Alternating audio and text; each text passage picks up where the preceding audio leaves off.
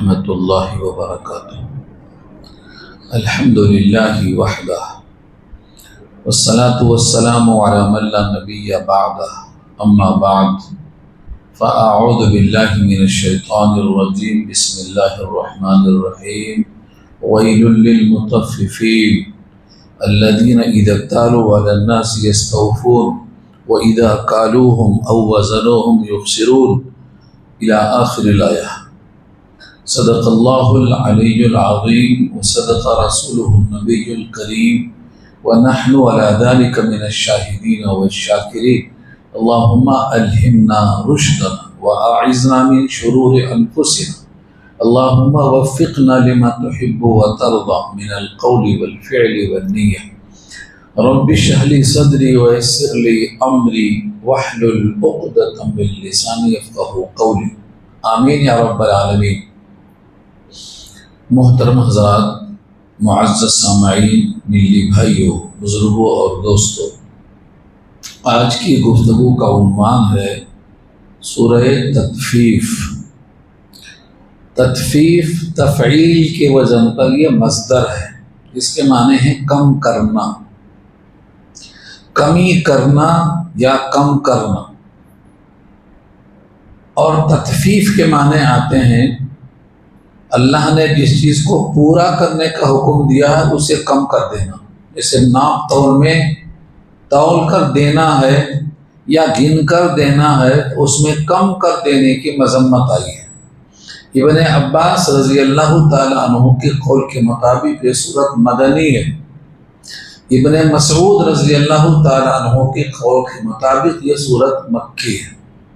جب مدینہ میں آئے تو مدینے میں بہت سے لوگ ناپ تول میں کمی کرتے تھے، اسی موقع پر یہ سورت نازل ہوئی اور ناپ تول میں کمی کرنے والوں کی سخت مذمت اس سورت میں آئی ہے۔ اسی لیے چاہے وہ ناپ کر یا تول کر یا گن کر کسی طریقے سے کسی کا اگر حق ضائع ہوتا ہے تو اس کی سخت مذمت آئی ہے۔ اگر کوئی انسان ملازمت کرتا ہے، جتنے وقت کی تنخواہ لیتا ہے اتنا وقت نہیں دیتا ہے، وہ بھی تطفیف میں شامل ہے۔ پوری صلاحیت کا استعمال نہیں کرتا ہے، کاہلی کرتا ہے، یہ بھی تطفیف میں شامل ہے۔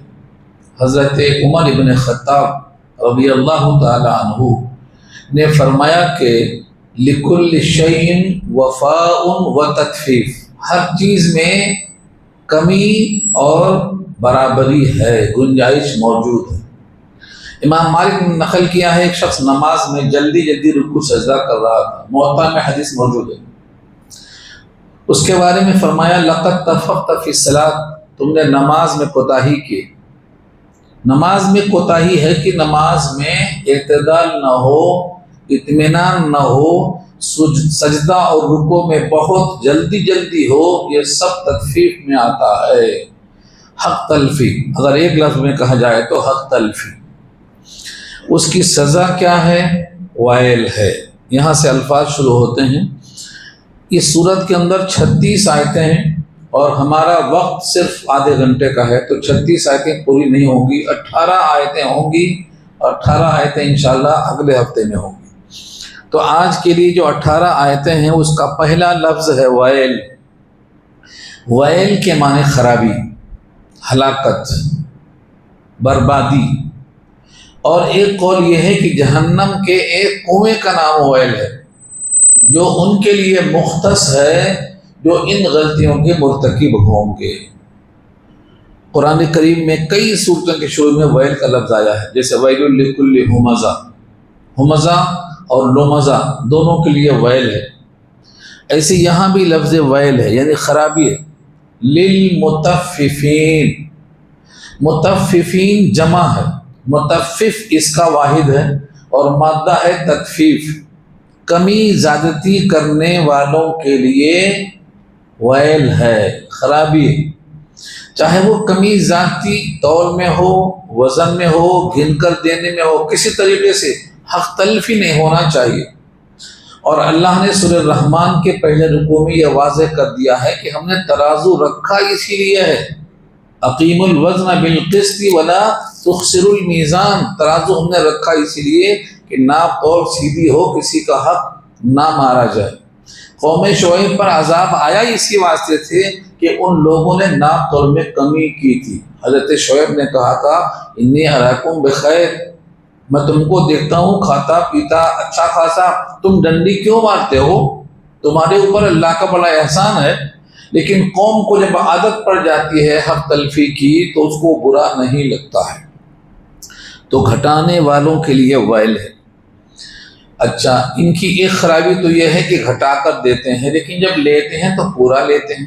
پورا لینا عیب نہیں ہے، لیکن جب کوئی آدمی گھٹا کر دینے کا خوگر ہو جائے اور پھر بھرپور لیتا ہو تو یہ اس کے لیے مذمت کا رخ بنتا ہے۔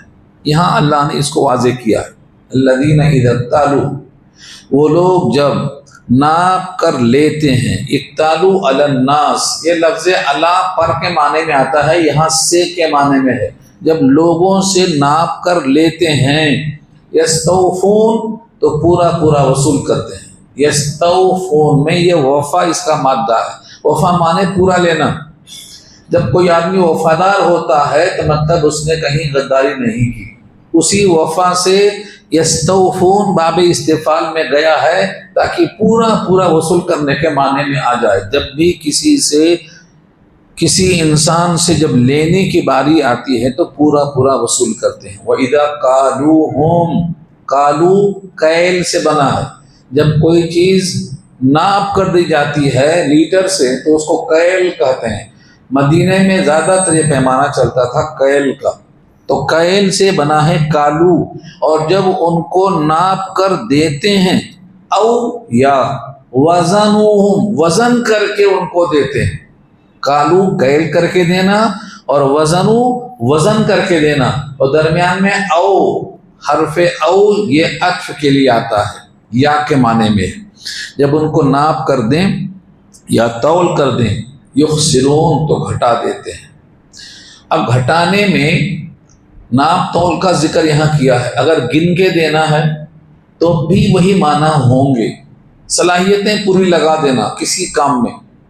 جبریل امین نے کہا تھا کہ مجھے 3 چیزیں بہت پسند ہیں، اس میں سے ایک یہ ہے کہ جب کسی کام کو کیا جائے تو صلاحیتیں پوری لگائی جائیں۔ بذل الاستطاعہ، بذل الاستطاعہ کے معنی مکمل لگا دینا۔ بہت سے لوگ صلاحیتیں چھپا کر رکھتے ہیں، کاہلی کرتے ہیں، پورا وقت نہیں لگاتے ہیں، جو بھی کام کرتے ہیں سلیقے سے کرنا چاہیں تو اور اچھا کر سکتے ہیں مگر نہیں کرتے۔ یہاں فرمایا کہ ان کی ایک ہی خرابی ہے، ان کا گمان یہ ہے کہ دوبارہ محشر میں جمع نہیں ہوں گے، جو کچھ ہے کھا پی کے یہیں ختم ہو جائے گا مسئلہ۔ ان کا یہ عقیدہ ہی ان کو مجبور کرتا ہے خرابیوں کی طرف۔ لہذا یہاں سے سوال ہے، الا یظن اولئک انہم مبعوثون، یہ ایمان مفصل کا آخری حصہ ہے۔ آپ کو ایمان مفصل یاد ہونا چاہیے۔ آج کل بہت سے لوگ میڈیا پہ باتیں کرتے ہیں فلاں صاحب کے بارے میں اور فلاں صاحب کے بارے میں، اچھا کوئی بولتا کوئی برا بولتا۔ ایمان مفصل اگر یاد رہا تو کوئی برا بھلا نہیں بولتا کسی کو۔ ایمان مفصل 7 چیزوں پر مشتمل ہے، وہ پورا آپ مانتے ہیں تو ایمان ہے، ان میں سے کسی ایک کا انکار کرتے ہیں تو ایمان ناقص ہے۔ سیدھی سیدھی بات ہے۔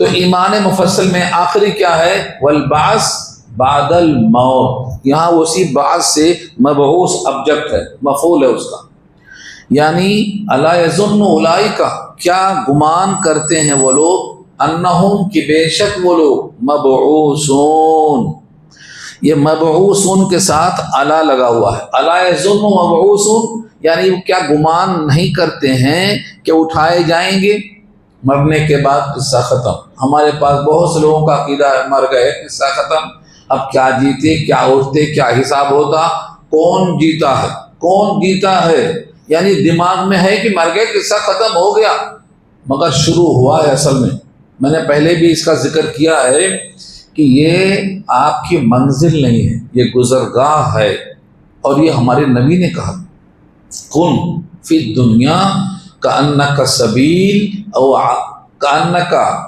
کن فی الدنیا کأنک غریب او عابر سبیل، دنیا میں غریب کی طرح مسافر کی طرح رہو، یا گزرنے والے مسافر کی طرح گزر جاؤ، یہ منزل نہیں ہے۔ جب منزل نہیں ہے تو کوئی نہ کوئی تو منزل ہوگی، یہ اس سے پہلے کی راہ گزر ہے۔ جیسے ماں کے پیٹ میں تھے وہ منزل نہیں تھی، 9 مہینے کا سفر تھا، باپ کے صلب میں تھے وہ منزل نہیں تھی۔ تو اس سے پہلے جتنے مراحل ہیں، مٹی سے لے کر غذا بننے تک، خون بننے تک، نطفہ بننے تک، علقہ مضغہ بننے تک، یہ سب کے سب راہ گزر تھے، اب بھی راہ گزر ہی ہیں۔ ابھی زمین کا پیٹ باقی ہے، وہ بھی ایک منزل ہے، وہ بھی مستقل جگہ نہیں ہے۔ تو یہاں یہ بتایا گیا ہے کہ تمہارے عقیدے کا یہ حصہ ہونا چاہیے کہ مرنے کے بعد زندہ کیا جائے گا، ہر عمل کا حساب ہوگا۔ یہیں سے تیزی آتی ہے عمل کی۔ الا یظن اولئک انہم مبعوثون، کیا وہ خیال نہیں رکھتے ہیں کہ ان کو اٹھنا ہے؟ کب اٹھنا ہے؟ لیوم عظیم، ایک ایسے دن کے لیے جو بہت بڑا دن ہے۔ عظیم دن کیوں کہا؟ دنیا کے جتنے دن ہیں اس کے مقابل آخرت کے، قیامت کے، یوم المحشر کے، یوم الجمع کے، یوم التغابن کے، یوم الحساب کے، یوم الدین کے، اس کو بڑا دن کہا قرآن کریم نے۔ ایک جگہ نہیں، کئی جگہ کہا۔ تو بڑا دن کیوں کہا ہے؟ ایک تو یہ ہے کہ دنیا کے دنوں کے حساب سے 50,000 سال کا ایک دن ہوگا وہ،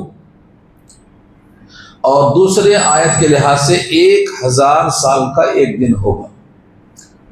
سورہ سجدہ میں 1,000 سال کا ذکر ہے، سورہ معارج میں 50,000 سال کا ذکر ہے۔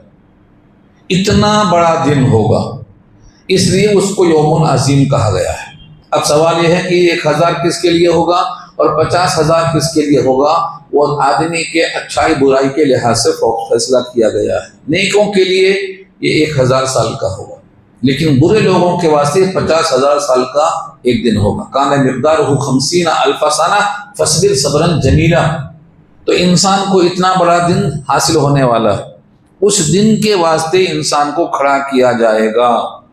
کھڑا کرنے کے لیے صرف ایک آواز ہوگی بس، جیسے سورہ یاسین میں آیا ہے، ان کانت الا صیحۃ واحدۃ فاذا هم خامدون۔ یہ تو مرنے کے لیے ایک آواز ہوگی، سب مر جائیں گے، اور ایک آواز جب دوسری ہوگی تو سب کے سب کھڑے ہو جائیں گے، فاذا هم قیام ینظرون، کھڑے ہو کر دیکھیں گے کیا ہو گیا۔ اور جو مومن ہے وہ تو کہیں گے ھذا ما وعد الرحمن وصدق المرسلون، رسولوں نے سچ کہا تھا، رحمان نے وعدہ کیا تھا، یہی تو دن ہے۔ وہ آرام سے علم رب کی طرف چلے جائیں گے، نہ دائیں دیکھیں گے نہ بائیں دیکھیں گے۔ یہ ہے لیوم عظیم۔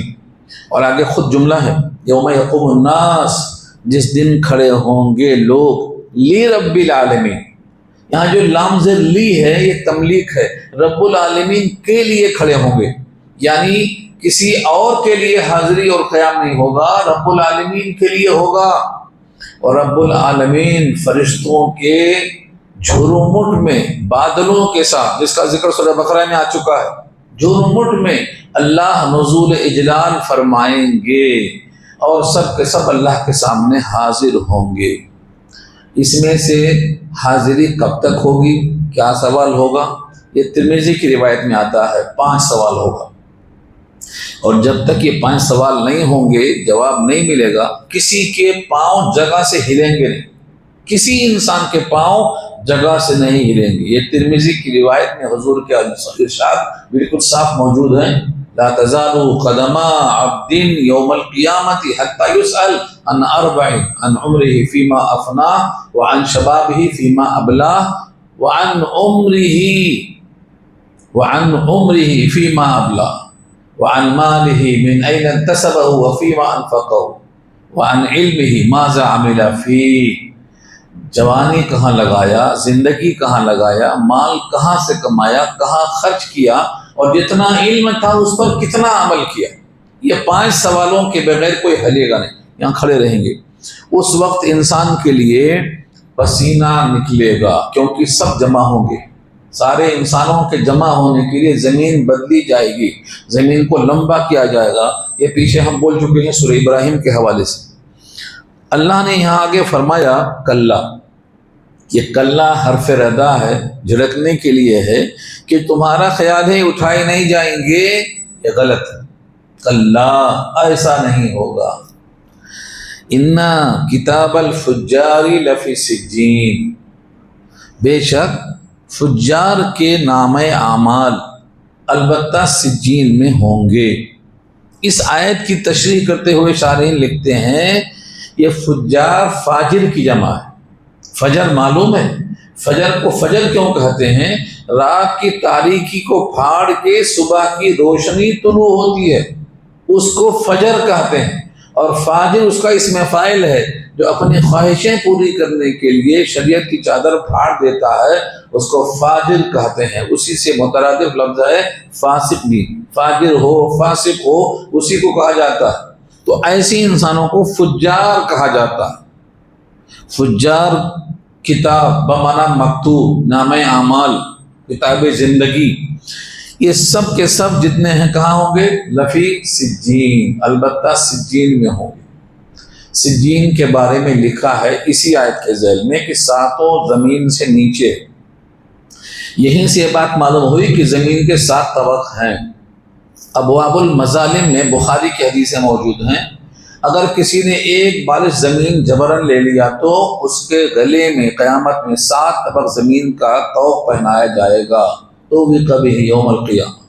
وہاں 7 طبق زمین کا ذکر ہے، اور یہاں اس آیت کے ذیل میں سجین کو اس 7 طبق کے نیچے ہونے کا ذکر ہے۔ اور سورہ طور میں ایک جملہ ہے والبحر المسجور، سمندر بھڑکائے جائیں گے، اس کو لکھا ہے کہ جہنم چونکہ نیچے ہے اور یہ سمندر کا پانی اس کے پھٹنے کے بعد اس کا حصہ بن کر گرم ہو کر شامل ہو جائے گا، اس لیے جہنم زمین کے نیچے ہے، یہ سب کا اتفاق ہے۔ جہنم لائی جائے گی محشر کے میدان میں، یہ بھی اسی کے تائید میں کرتا ہے۔ تو سجین نیچے ہے 7 زمین سے، اور اسی کا مطالعہ کرتے ہوئے مجھے نظر آیا کہ روح بھی وہیں ہوتی ہے، فجار کی روح بھی اسی سجین میں ہوتی ہے جہاں ان کے نام اعمال ہوتے ہیں۔ اور علیین جس کا ذکر آگے آئے گا وہاں پر ابرار کی روح اور نام اعمال ہوتے ہیں، اس کا بھی ذکر یہاں موجود ہے۔ حضرت تھانوی نے لکھا ہے، درر منصور کے اندر بھی لکھا ہے، حضرت کی جو کتاب ہے بیان القرآن وہاں بھی واضح کر دیا ہے۔ تو فرمایا کہ فجار یہ نام اعمال یعنی گناہگاروں کے نام اعمال البتہ سجین میں ہیں۔ آگے اللہ خود پوچھتے ہیں سجین تمہیں معلوم بھی ہے، تم معلوم نہیں کر سکتے، وما ادراک ما سجین، اور تمہیں کیا معلوم سجین کیا ہے؟ کتاب مرقوم، کتاب بمعنی مکتوب، لکھا ہوا، رجسٹر ہے، کتاب بمعنی مکتوب، اور مرقوم کے معنی لکھا ہوا۔ لکھا ہوا ایک دفتر ہے، بس ایک دفتر لکھا ہوا ہے، اور وہ مہر بند ہے، یعنی سب کے اعمال وہاں محفوظ ہیں اور اس میں حذف ہونے کا کوئی امکان نہیں ہے۔ جب وہ کھولا جائے گا تو اس دن ہلاکت ہوگی۔ کس کی ہلاکت ہوگی؟ جو اس سجین والے رجسٹر کو نہیں مانتا، اس ریکارڈ کو جھوٹا سمجھ رہا ہے، سمجھتا ہے گناہ کا کوئی رجسٹر نہیں ہے، کوئی ریکارڈ نہیں ہے، ان تمام کے لیے ویل ہے، یعنی آخرت کو جو نہیں مانتا، حساب کتاب کو نہیں مانتا، اس کے لیے ویل ہے۔ یہ لفظ بار بار آتا ہے، ویلن ہلاکت ہے، یومئذ اس دن، للمکذبین جھٹلانے والوں کے لیے۔ جھٹلانے والے سے مراد جو سجین کو یا رجسٹر کو یا ریکارڈ کو یا آخرت کو، یعنی ایمان کی جو 7 چیزیں ایمان مفصل میں ہیں ان میں سے کسی کو انکار کرتا ہے، تکذیب کرتا ہے، تو اس کے واسطے ویل ہے۔ ویل یومئذ للمکذبین، اور تکذیب کرنے والے سب سے زیادہ یہاں جو مراد ہے الذین یکذبون بیوم الدین، وہ لوگ جو جھٹلاتے ہیں فیصلے کے دن کو۔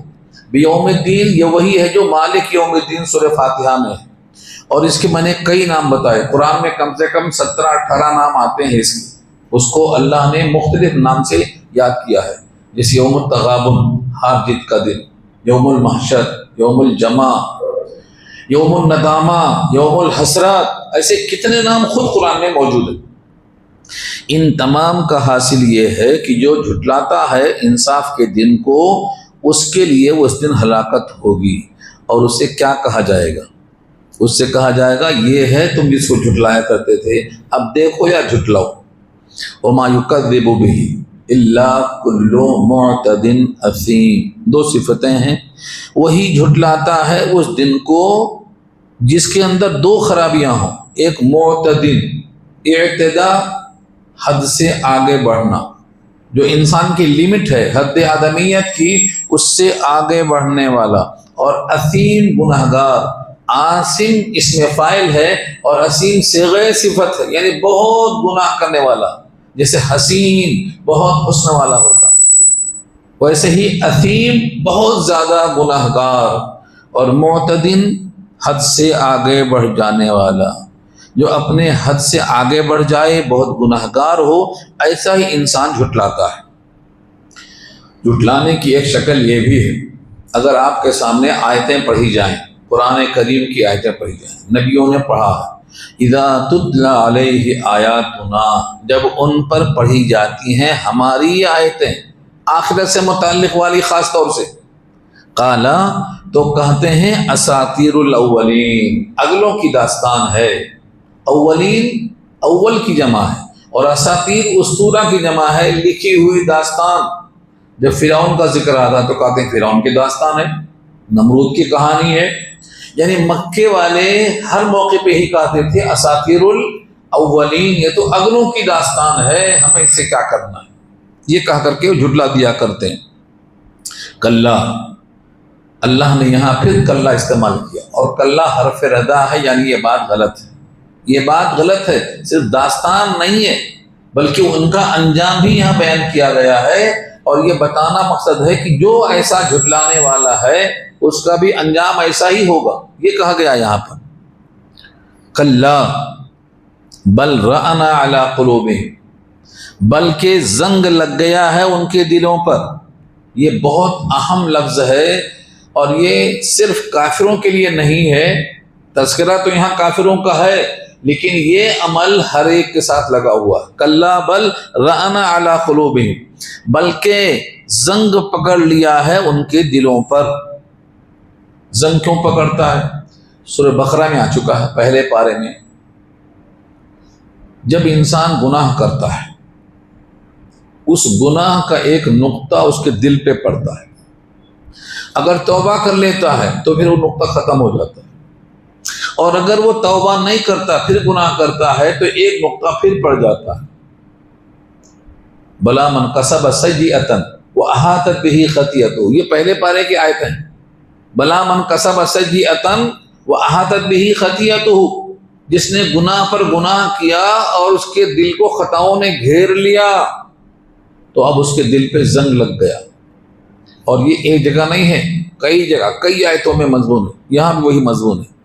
تو چاہے کوئی بھی انسان ہو، جب گناہ کرے گا تو دل پہ زنگ لگے گا، اور اس کی دھلائی کی شکل توبہ ہے۔ توبہ کے جتنے اوصاف ہیں وہ کئی دفعہ آ چکے ہیں۔ توبہ کرنے سے وہ گناہ دھل جاتا ہے، اور اگر وہ توبہ نہیں کرتا ہے تو نقطہ باقی رہتا ہے، اس کو ران سے کہا، یہاں ران کہا ہے، دوسری جگہوں میں زائن کہا ہے، تیسری جگہوں میں اور بھی الفاظ آئے ہیں، جیسے حدیث میں بھی آتا ہے لِكُلِّ شَيْءٍ سِقَالَةٌ وَسِقَالَةُ الْقُلُوبِ ذِكْرُ اللَّهِ، ہر چیز کو ایک سائیکل ہے، صفائی کا ذریعہ ہے، اور دل کی صفائی کا ذریعہ اللہ کی یاد ہے۔ تو یہ زین اور رین کا جو لفظ آتا ہے ان کے دلوں پر زنگ پکڑ چکا ہے۔ یہ زنگ کیوں پکڑتا ہے؟ بما کانوا یکسبون، علی قلوبہم ما کانوا یکسبون، کہیں بما کانوا یکسبون ہے، کہیں ما کانوا یکسبون ہے، اس وجہ سے جو وہ کماتے تھے، گناہ کا عمل کماتے تھے، اس کی بنا پر دل میں ان کے زنگ لگ گیا ہے۔ اس کی پہلی سزا کیا ہوگی؟ یہ اپنے رب سے غافل ہیں، دنیا میں غافل ہیں، اور جو انسان دنیا میں اللہ سے غافل ہوتا ہے آخرت میں اللہ کے دیدار سے محروم ہوگا، یہ پہلی سزا ہے۔ یہاں سے شافعی مفتی شفیع صاحب رحمۃ اللہ نے لکھتا ہے کہ کیا لکھا ہے کہ ہر انسان میں دیکھنے کی طلب ہے، اللہ سے ملنے کی طلب ہے، اگر طلب ہی نہیں ہوتی تو سزا کیسے ہوتی ہے؟ ہر انسان چاہے جتنا گناہ گار ہو اس کو اپنے رب سے ملنے کی آرزو ہوتی ہے، دیکھنے کی آرزو ہوتی ہے۔ دنیا کا کوئی مذہب والا انسان ہو، چاہے وہ غلط محنت کر رہا ہو، انجام غلط نکلتا ہو، لیکن اس کی کوشش ہوتی ہے کہ وہ اپنے مالک کو راضی کرے، اپنے مالک کو خوش کرے، اپنے مالک کو دیکھے، اور یہ اس کا عمل جو گناہ کا ہے مالک کو دیکھنے سے محروم کر دے گا۔ اس کا مطلب جو یہ کام نہیں کرے گا وہ محروم نہیں ہوگا، وہ اپنے رب کو دیکھے گا، اور رب کو دیکھنا سب سے بڑی نعمت ہوگی۔ جنت میں جانے کے بعد بھی جنت کی ہر نعمت ہیچ نظر آئے گی دیدار الہی کے مقابل میں۔ اس کا ذکر سورہ یونس پارہ 11 میں اللہ نے کیا ہے، للذین احسنوا الحسنى وزیادہ۔ للذین احسنوا، جنہوں نے اچھے کام کیے ان کے لیے حسنہ ہے، یعنی جنت ہے۔ وزیادہ، یہ زیادہ کیا ہے؟ اللہ کا دیدار ہے، جو جنت کی ہر نعمت کے بعد ملے گا۔ اور یہ جو مجرم ہیں وہ اس دیدار سے محروم ہوں گے۔ کلا انہم، ہرگز نہیں، بے شک وہ لوگ، ان ربہم، اپنے رب سے، یومئذ، اس دن، لمحجوبون، حجاب میں ہوں گے۔ محجوب مفعول ہے، یہ حجاب اس کا مادہ ہے۔ اردو میں حجاب بولا جاتا ہے، اور حجاب پہ تو بہت جھگڑے ہوئے ہیں، سب کو معلوم ہوگا حجاب کا لفظ کیا ہے۔ تو محجوب کے معنی چھپا دیانا۔ ایک کتاب کا نام بھی آیا ہے کشف المحجوب۔ کشف المحجوب کے معنی جو چیزیں لوگوں سے چھپی ہوئی ہیں ان کو کھول کے رکھ دیا گیا ہے۔ کشف بھی اس کا ایک حصہ ہوتا ہے، اسی واسطے اس کا نام ہی ہے کشف المحجوب۔ یہ محجوب رکھے جائیں گے اس دن اپنے رب سے، یعنی رب سے ان کو دکھایا نہیں جائے گا، اور دیکھنے کی طلب ہوگی۔ آپ کو حضرت موسیٰ کا واقعہ معلوم ہے، ایک ہے زیارت ہونا، ایک ہے ملاقات ہونا۔ ایک صاحب نے سوال کیا تھا، ان کا جواب دے رہا ہوں میں بریکٹ میں آ کے، کہ ملاقات ہونا الگ چیز ہے، زیارت ہونا الگ چیز ہے۔ طور پہ موسیٰ سے ملاقات ہوئی لیکن زیارت نہیں ہوئی، اور معراج میں حضور پاک سے ملاقات بھی ہوئی اور زیارت بھی ہوئی، یہ دونوں فرق ہے۔ تو جنتیوں سے ملاقات بھی ہوگی اور زیارت بھی ہوگی، یہ دونوں فرق قرآن میں ظاہر کیا گیا ہے۔ اس کے بعد فرمایا کلا انہم عن ربہم یومئذ لمحجوبون، اپنے رب سے حجاب ہوں گے، دیکھے نہیں جائیں گے۔ ثم انہم، اچھا اور ایک آیت اس ساتھ آئی ہے تیسرے پارے میں، اللہ سے حجاب میں ہونے کا مطلب ان سے اللہ بات نہیں کریں گے، ان کی طرف نظر کرم نہیں کریں گے۔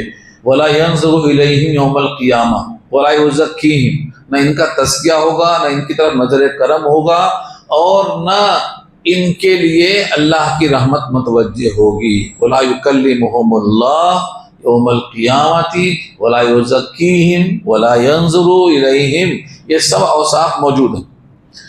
اس کے بعد ثم انہم، پھر بے شک یہ لوگ، لصال الجحیم، لصال الجحیم میں جو لام ہے تاکید کا ہے، اور سالو سل جڑنے اور ملنے کے معنی میں آتا ہے، جہنم کے اندر داخل ہو جائیں گے۔ لصال الجحیم کے معنی وہ جہنم میں گرنے والے اور پہنچنے والے ہیں۔ اب جہنم میں جب گریں گے تو اب جہنم کا انکار کیسے کریں گے؟ اسی واسطے ان سے اب کہا جائے گا، ثم یقال، پھر کہا جائے گا، ھذا الذی کنتم بہ تکذبون، یہی ہے وہ تم جس کا انکار کیا کرتے تھے، تم جس کی تکذیب کیا کرتے تھے، تم جس کو جھٹلایا کرتے تھے دنیا میں، یہی وہ ہے جہنم۔ اب تم اس کا انکار کرتے ہو تو کرو۔ یہی لہجے میں سورۃ دخان میں کہا گیا ہے، ذق انک انت العزیز الکریم، تو بڑا عزت دار تھا، بڑا دنیا دار کہلاتا تھا، اب اس کا ذائقہ چکھو، اب چاہے تو جھٹلا دو چاہے تو تسلیم کر لو۔ ذق انک انت العزیز الکریم۔ تو جھٹلانے والوں سے یہ کیوں کہا جائے گا؟ تاکہ وہ اب جھٹلانے کی اگر سکت رکھتے ہیں تو جھٹلائیں، ورنہ اپنے کیے ہوئے وقت پچھتائیں گے وہ۔ اس کے بعد ان کا جو مضمون تھا اس جہنم کے اندر، یہ کب تک پڑے رہیں گے اور کب تک ان سے اللہ بات نہیں کریں گے، ان کو دیکھیں گے نہیں؟ ہزاروں سال یہ لوگ ایسے ہی رہیں گے، ہزاروں سال، مکث دوام۔ اور اگر یہ بات کرنا چاہیں گے اور کہیں گے داروغ جہنم سے کہ اپنے رب سے کہو ایک دن کا عذاب میں تخفیف کر دے، یخفف عنا یوما من العذاب، سورہ مومن پارہ 24، اپنے رب سے کہو۔ قالوا یا مالک، اے مالک، یہ داروغ جہنم کا نام ہے، یہ بھی سورہ مومن پارہ 24 میں ہے۔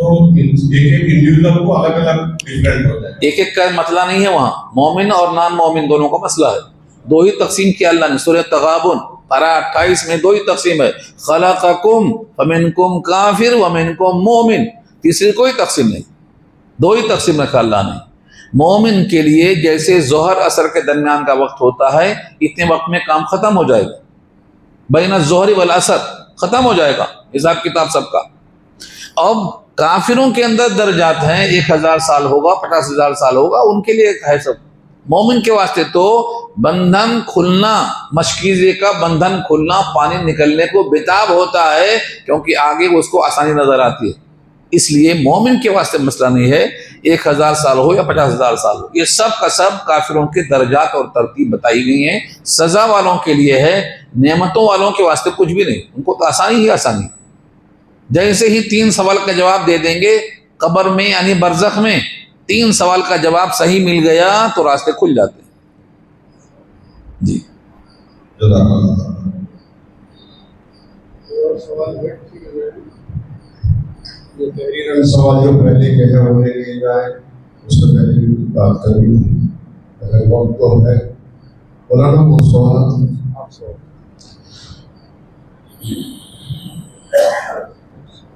پچھلے پروگرام میں بتایا گیا تھا کہ مکے میں اگر داخل ہو رہے ہیں تو آپ نے داخل ہونا. مجھے یہ معلوم کرنا ہے کہ رسول جو ہے 2 عمرے کیے تھے، ایک حج کیے تھے، تو مکے میں رہتے ہوئے عمرے کیے تھے یا مدینے سے جا کے کیے تھے؟ 4 عمرے کی آپ نے، ایک تو عمرۃ القضاء اور ایک آپ نے جعرانہ سے کیا تھا، اور مدینے سے آنے کے وقت کیا تھا. ذوالحلیفہ جو مقام ہے وہاں سے آپ نے تیاری کی تھی. تو اس میں آپ کو کیا پوچھنا کیا ہے وہ سوال میں سمجھ میں آ گیا. کہ حضور جو ہے مکے میں کتنے بار، مدینے سے کتنے بار مکے میں انٹر ہوئے تھے، یا وہ جب بھی انٹر ہوئے تھے عمرہ کیے تھے؟ تو یہ جو مسئلہ آپ پوچھ رہے ہیں یہ تو حضور کا فرمان ہی سنا رہا ہوں نا میں. جب بھی کوئی آفاقی یعنی وہاں کا نہ رہنے والا جب بھی مکے میں آئے تو اس کو احرام میں آنا چاہیے. یہ ابو داؤد کی حدیث ہے، کتاب الحج کھولو ابو داؤد میں نکل جاتی ہے حدیث. جب حضور کا حکم موجود ہے تو حضور کا عمل نہیں دیکھا جائے گا، کیونکہ عمل میں تخصیص کا امکان ہے لیکن قول میں تخصیص کا امکان نہیں رہتا. اور قولی حدیث قوی ہوتی ہے عملی حدیث کے مقابل میں. سمجھ میں آ رہا ہے؟ بس ہاں کچھ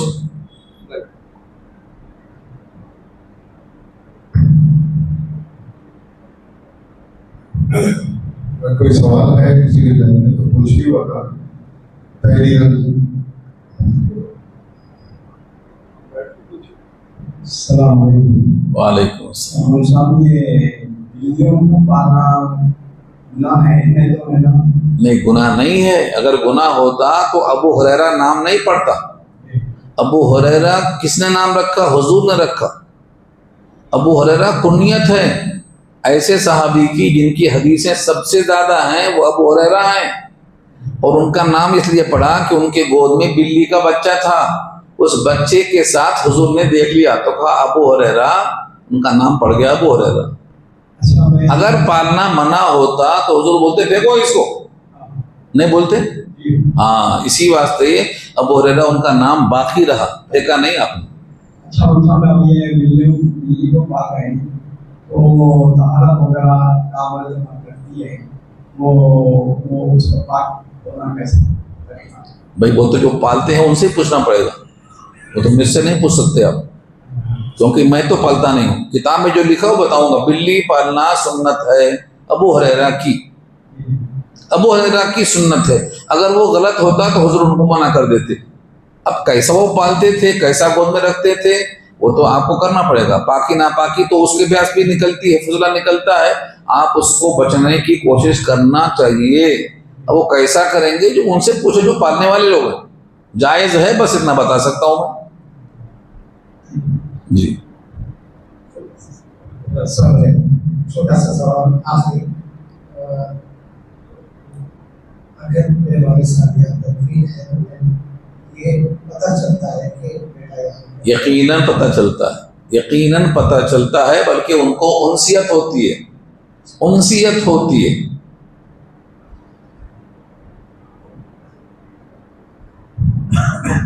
کوئی سوال کسی کے اس تعلق سے تحریر سوال جی دیجیے، ابھی ہے 10 منٹ۔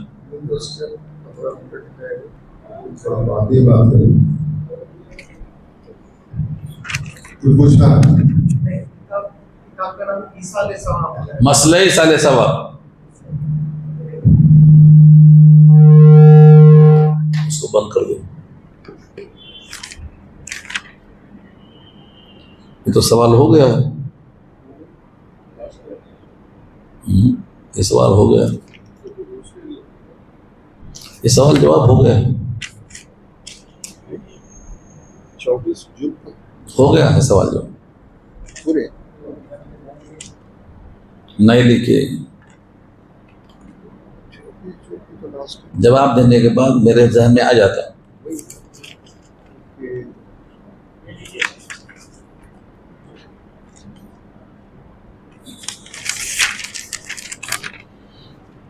ہاں، اس میں کئی سوالات ہیں اور بڑے آیتوں سے بھرپور ہیں۔ سورہ نور آیت نمبر 35 کا پہلا جملہ ہے اللہ نور السماوات والارض، اللہ آسمانوں اور زمین کا نور ہے۔ کسی عالم نے کہا ہے کہ یہ اسم اعظم ہے، بات کہاں تک درست ہے بتائیں؟ دیکھیے، اسم اعظم کا تعین کسی حدیث میں صراحتاً نہیں ہے۔ جیسے لفظ اللہ ہے اس میں ذاتی ہے، اور جس آیت میں اللہ کا لفظ ہوگا اس کے تعارف کے ساتھ ان تمام آیتوں میں امکان ہے۔ جیسے آیت الکرسی ہے، وہاں بھی امکان ہے، یہاں بھی امکان ہے۔ قرآن کریم کی جن جن آیتوں میں، جیسے سورہ آل عمران کی پہلی آیت ہے الف لام میم اللہ لا الہ الا هو الحی القیوم، حی القیوم کے ساتھ تعارف ہے۔ تو پورے قرآن میں جہاں جہاں لفظ اللہ موجود ہے صفاتی نام کے ساتھ، ان تمام جگہوں میں امکان ہے۔ اب راجح کہاں ہے یہ فقہا نے اپنی رائے سے پیش کیا ہے، احادیث میں وضاحت نہیں آتی۔ اب یہاں پر جو لفظ ہے اللہ نور السماوات میں، نور بمانا منور ہے، نور روشنی کو بولتے ہیں، اور منور روشنی کرنے والا، یہ منور ہے۔ تو زمین اور آسمان کا وہ نور ہے، یعنی منور ہے، اگر وہ چاہے تو کائنات کو تاریک کر دے، چاہے تو روشن کر دے، تو اللہ منور ہے۔ اب چونکہ یہاں لفظ اللہ بھی موجود ہے اور اس کے صفات بھی موجود ہیں، لہٰذا یہاں بھی اسم اعظم کا ہونا امکان ہے، انکار نہیں کیا جا سکتا۔ دوسرا سوال ہے سورۃ الانعام آیت نمبر 59 کا پہلا جملہ ہے وَعِندَهُ مَفَاتِحُ الْغَيْبِ لَا يَعْلَمُهَا إِلَّا هُوَ، اور غیب کی کنجیاں یعنی وہ راستے جس سے غیب کسی پر آشکارا کیا جاتا ہے، اسی کے پاس، اس کی قدرت و ملکیت میں، انہیں اس کے سوا از خود کوئی نہیں جانتا۔ دیکھیے اس آیت کے اندر جو مضمون ہے وہی مضمون سورہ لقمان کی آخری آیت پارہ 21 میں بھی ہے۔ 5 چیزیں ہیں جو اللہ نے چھپا کے رکھا ہے، وہ کسی کو نہیں معلوم، وہی 5 چیزیں یہاں بھی ہیں، تھوڑے سا اضافے کے ساتھ ہیں، اور وہاں بھی چیزیں ہیں۔ جو چیزیں حواس خمسہ مدرکہ کی گرفت میں نہ آئیں ان کو غیب کہا جاتا ہے، یعنی زبان سے چکھنے میں نہ آئیں، ناک سے سوننے میں نہ آئیں، آنکھوں سے دیکھنے میں نہ آئیں، ہاتھوں سے چھونے میں نہ آئیں، کانوں سے سننے میں نہ آئیں، اس کو حواس خمسہ کہتے ہیں۔ ان 5 کی گرفت سے باہر ہو ان کو غیب کہا جاتا ہے، اور ان پر سوائے اللہ کے اور کوئی قادر نہیں ہے۔ وہی مضمون یہاں بھی ہے وَعِندَهُ مَفَاتِحُ الْغَيْبِ لَا يَعْلَمُهَا إِلَّا هُوَ۔ اور جن آیتوں میں آیا ہے کہ رسولوں کو علم غیب ہے، وہ بقدر ضرورت ہے، اس کو اطلاع در غیب کہتے ہیں، انباء الغیب کہتے ہیں، کیونکہ وہ ذاتی نہیں ہے، عطائی ہے، جزئی ہے، کلی نہیں ہے، اسی واسطے اس کو علام الغیوب نہیں کہا جاتا۔ جس کو علم ذاتی ہو، محیط ہو، اس کو علام الغیوب کہا جاتا۔ اس لیے تمام رسول بیک زبان محشر کے میدان میں کہیں گے کہ ہم کو نہیں علم ہے، علام الغیوب تو آپ ہیں۔ سورہ مائدہ کے آخری رکوع میں ہے یوم یجمع اللہ الرسل فَيَقُولُ مَاذَا أُجِبْتُمْ قَالُوا لَا عِلْمَ لَنَا إِنَّكَ أَنْتَ عَلَّامُ الْغُیُوب، آپ ہیں علام الغیوب، آپ کو معلوم ہے قوم نے کیا جواب دیا، ہم کو علم نہیں ہے، کیونکہ ہمارا علم ذاتی نہیں ہے، محیط نہیں ہے، کلی نہیں ہے، عطائی ہے، جزئی ہے، بقدر ضرورت ہے۔ یہ تمام رسولوں کا اعتراف سورہ مائدہ کے آخر میں موجود ہے۔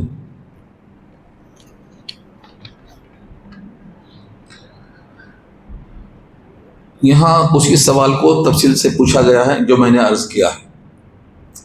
یہی بات قرآن میں اور بھی جگہ موجود ہے، مگر بعض عالم یہ کہتے ہیں محمد صلی اللہ علیہ وسلم ہر غیب کا علم رکھتے تھے، ہر غیب کا علم رکھتے تھے۔ آپ ہر علم غیب رکھتے تھے تو بھی وہ عطائی ہے کہ ذاتی ہے؟ عطائی ہے، ذاتی تو کسی نبی کا نہیں ہے۔ جب ذاتی نہیں ہے تو پھر وہ اللہ کے مماثل نہیں ہے، اور اللہ کا علم جو محیط ہے اس کے برابر نہیں ہے، تو پھر کوئی اشکال ہی باقی نہیں بچتا۔ اور دلیل کے طور پر ایک حدیث کا حوالہ دیتے ہیں کہ یہ روز حضور نے اعلان کیا کہ جس کو جو چاہیے پوچھے جواب دوں گا۔ چنانچہ ایک نے اپنے باپ کے بارے میں پوچھا، حضور نے بتایا کہ تمہارے باپ ہی اصل باپ ہیں، اور کسی دوسرے نے سوال کیا کہ میرا باپ کون ہے، تو حضور نے اس کا باپ کے بجائے کسی اور شخص کا نام لیا۔ قرآن سے تو یہ ثابت نہیں ہے، پورا غیب صرف اللہ ہی جانتا ہے اور کوئی نہیں۔ اس ضمن میں اصل حقیقت کیا ہے وضاحت فرمائیں۔ یہ جو واقعہ آپ نے بیان کیا ہے یہ بخاری میں موجود ہے۔ آپ نے کہا جس کو جو پوچھنا ہے پوچھو، تو اس کا مطلب نہیں کہ میں از خود جواب دوں گا، اس کا مطلب یہ نہیں ہے آپ جب پوچھیں گے تو میں جواب دوں گا۔ میرے پاس جو سورس ہے، میرے کان میں جبریل بولیں گے، اللہ ان کو دے گا۔ چنانچہ جب جبریل نہیں آئے، اللہ نے نہیں دیا، تو 17 دن گزر گئے، جواب نہیں دیا آپ نے۔ 17 دن گزر گئے، جواب نہیں دیا۔ اور جب 17 دن کے بعد جبریل آئے تو حضور سے کہا کہ جبریل تم دیر سے کیوں آتے ہو، میں تمہارا انتظار کیا کرتا ہوں۔ کہا آپ نے انشاءاللہ نہیں کہا تھا نا، انشاءاللہ نہیں کہنے سے میں روک دیا گیا تھا۔ سورہ کہف میں یہ مضمون موجود ہے، وَلَا تَقُولَنَّ لِشَيْءٍ إِنِّي فَاعِلٌ ذَلِكَ غَدًا إِلَّا أَن يَشَاءَ اللَّهُ۔ اور یہی انشاءاللہ نہیں کہا تھا سلیمان نے، تو 100 عورتوں سے کوئی بچہ نہیں پیدا ہوا۔ انشاءاللہ نہیں کہنے کی وجہ سے امام بخاری نے یہ باب قائم کیا۔ تو انبیاء کے کان میں جبریل بتاتے ہیں، کان میں اشارہ کر رہا ہوں، طریقے اور بھی بتانے کے ہیں، 7 طریقے ہیں اس کے۔ تو جبریل کا نہ آنا، حضور کا نہ دینا اور آپ کا جواب نہ دینا، یہ سب علامت ہے کہ اوپر سے پیغام آتا ہے تو آپ جواب دیتے ہیں۔ اس کا مطلب جو تم پوچھو میں جواب دوں گا، از خود جواب دوں گا بغیر فرشتے کے، یہ دعویٰ نہیں ہے اس کے اندر، لہذا یہ اضافہ ہے۔ آخری سوال سورہ توبہ آیت نمبر 111 نمبر ہے۔ یہ بہت مشہور آیت ہے۔ اللہ نے خرید لیا ہے ایمان والوں سے ان کی جان اور مال، اس کے بدلے میں جنت ہے۔ وہ لڑتے ہیں اللہ کے راستے میں، قتل ہوتے ہیں، قتل کرتے ہیں، یہ اللہ کا وعدہ تورات میں بھی، انجیل میں بھی، قرآن میں۔ جو اس عہد کو پورا کرے گا اللہ کی طرف سے خوشخبری قبول کر لو اگر تم اس بات پر راضی ہو، یہ بڑی کامیابی کی چیز ہے۔ یہ تو آیتیں بہت مشہور ہیں۔ اب اس میں سوال یہ ہے، کیا ایسے حالات میں ہمیں اللہ نے جو موقع دیا ہے اس سے استفادہ کر لینا چاہیے یا اس موقع کو ضائع کر دینا صحیح ہوگا؟ دیکھیے، اپنا اپنا ظرف اور اپنی اپنی ہمت۔ ایک آدمی کبڈی کھیلتا ہے، کنارے کنارے گھوم کے آ جاتا ہے، اور ایک آدمی کبڈی کھیلتا ہے، بیچ میں گھس جاتا ہے جا کے، تو اپنی اپنی ہمت کی بات ہے۔ یہ تو میدان خالی پڑا ہے۔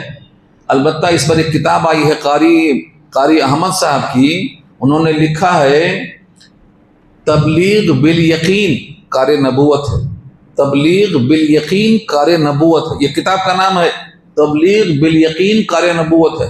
اگر آپ دعوت دے رہے ہیں جان اور مال کو لے کر اسی یقین کے ساتھ جو انبیاء کو حاصل تھا کہ مجھے اس سے آخرت کمانا ہے، تو یہ کار نبوت ہے، یہ بہترین موقع ہے۔ اور جس کو دنیا میں عیش کرنا ہے وہ یہ کام نہیں کر سکتا۔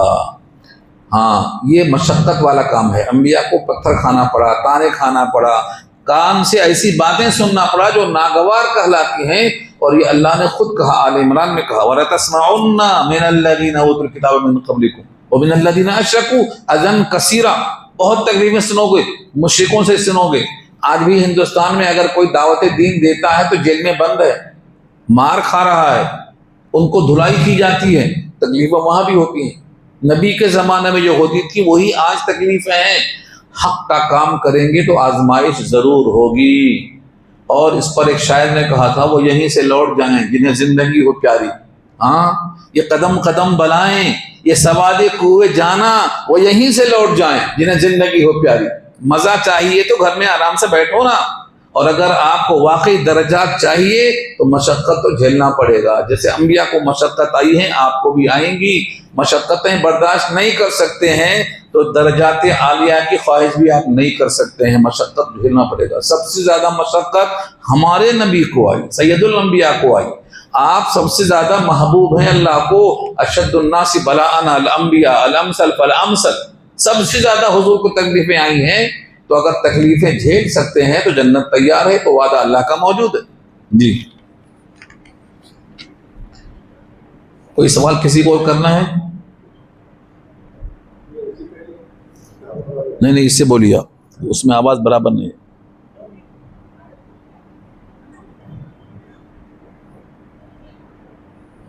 السلام علیکم۔ وہ ایک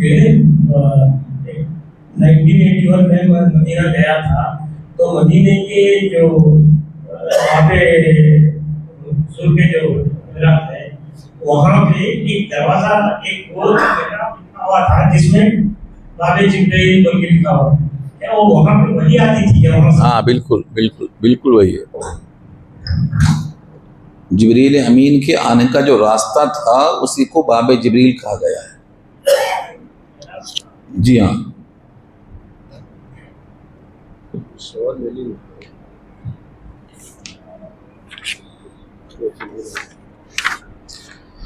اس پرچے میں بھی 2 سوال ہیں، سوال بہت مختصر ہیں۔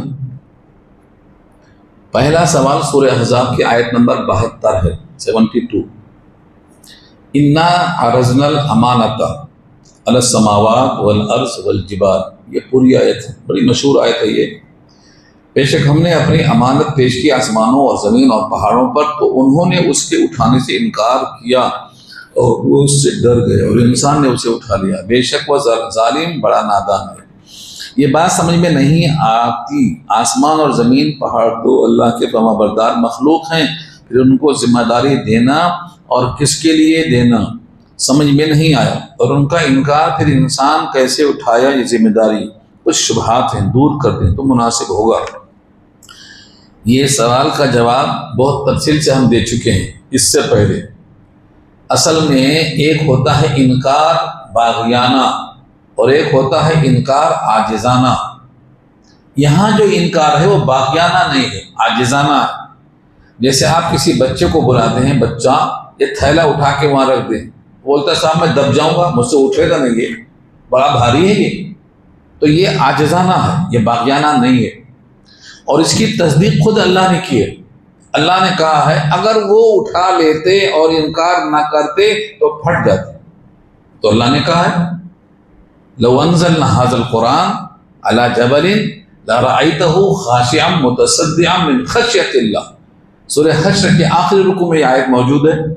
اگر ہم ان کے اوپر یہ ڈال دیتے تو یہ ٹکڑے ٹکڑے ہو جاتے، پھٹ جاتے۔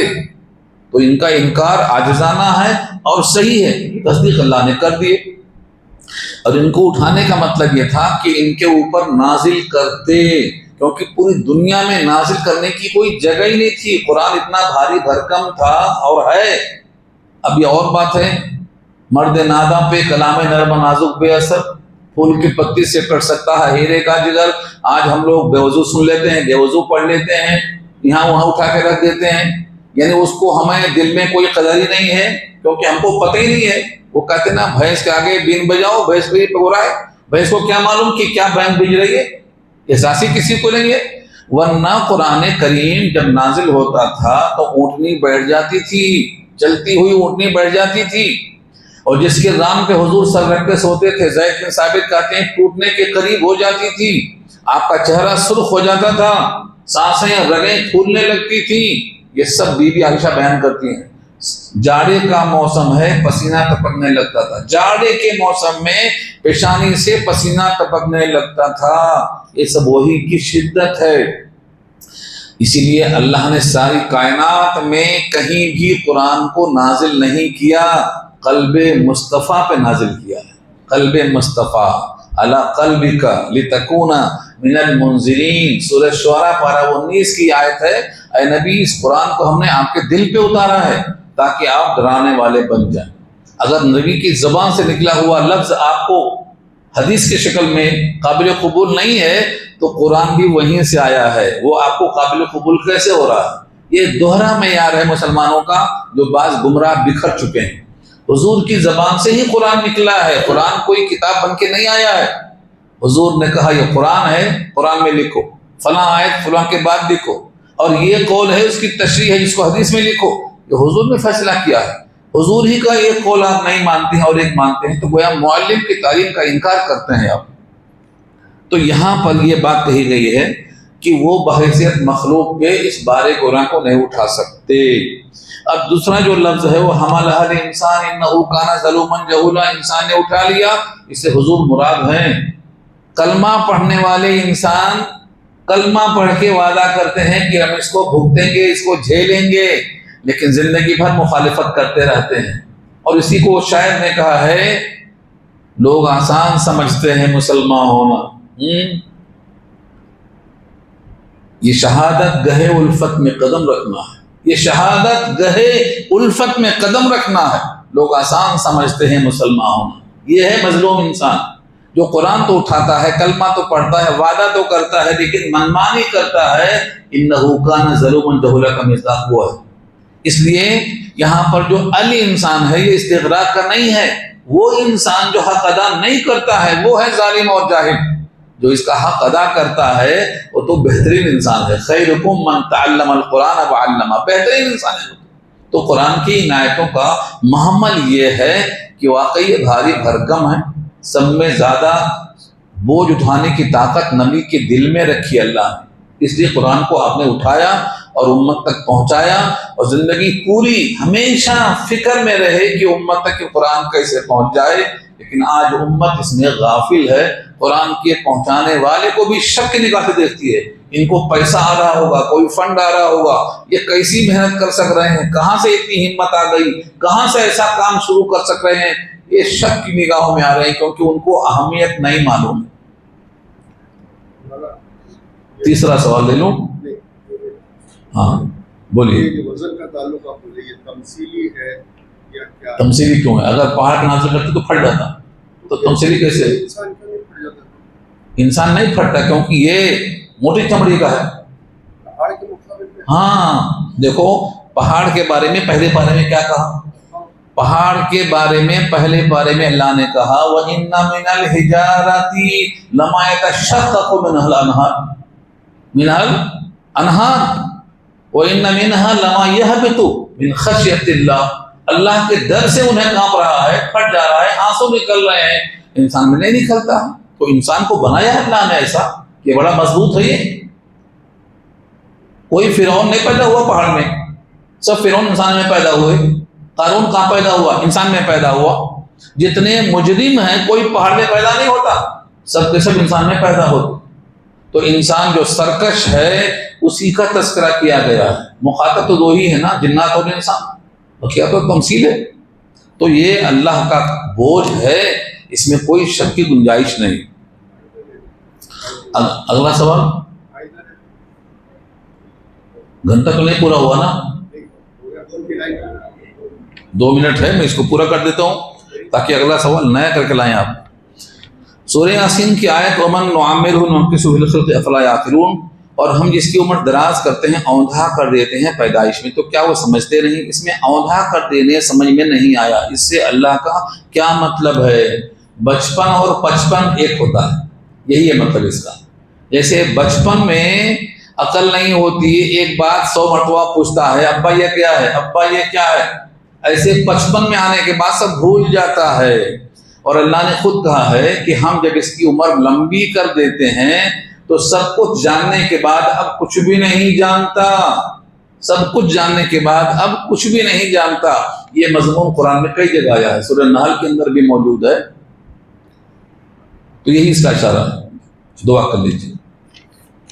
الحمدللہ رب العالمین والصلاۃ والسلام علی سید المرسلین یا حی یا قیوم برحمتک نستغیث یا رب لک الحمد کما ینبغی لجلال وجهک العظیم اللهم لا احصی ثناء علیک انت کما اثنیت علی نفسک وصلی اللہ تعالی علی خیر خلقہ سیدنا مولانا محمد وآلہ وصحبہ اجمعین برحمتک ارحم الراحمین۔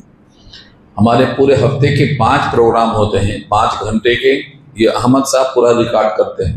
جس کو پورے بیان سننا ہے ان سے جڑ جائیے اور ان سے نمبر لے کے اپنے آپ کو شامل کر لیجیے۔ پورے ہفتے کے 5 گھنٹے کے بیان ہوتے ہیں اور پورے انشاءاللہ ہی ریکارڈ کر رہے ہیں۔